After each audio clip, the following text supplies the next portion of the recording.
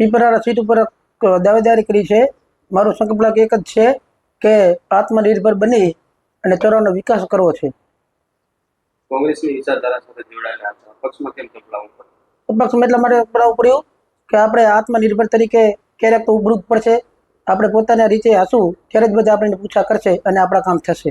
મતદારો પર કેવો વિશ્વાસ? મતદારો ઉપર ખૂબ વિશ્વાસ છે, ખૂબ આકર્ષિત છે અને મતદારો ખૂબ ખુશ છે.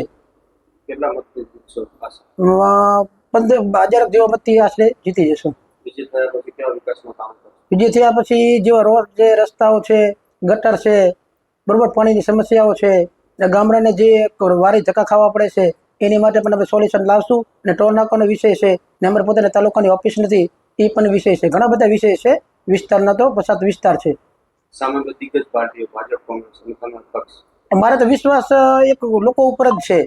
સામે ગમે તે એનાથી આપણે કાંઈ લેવા દેવા નથી. આપણે વિશ્વાસ લોકો ઉપર છે ને લોકોને મારા ઉપર વિશ્વાસ છે.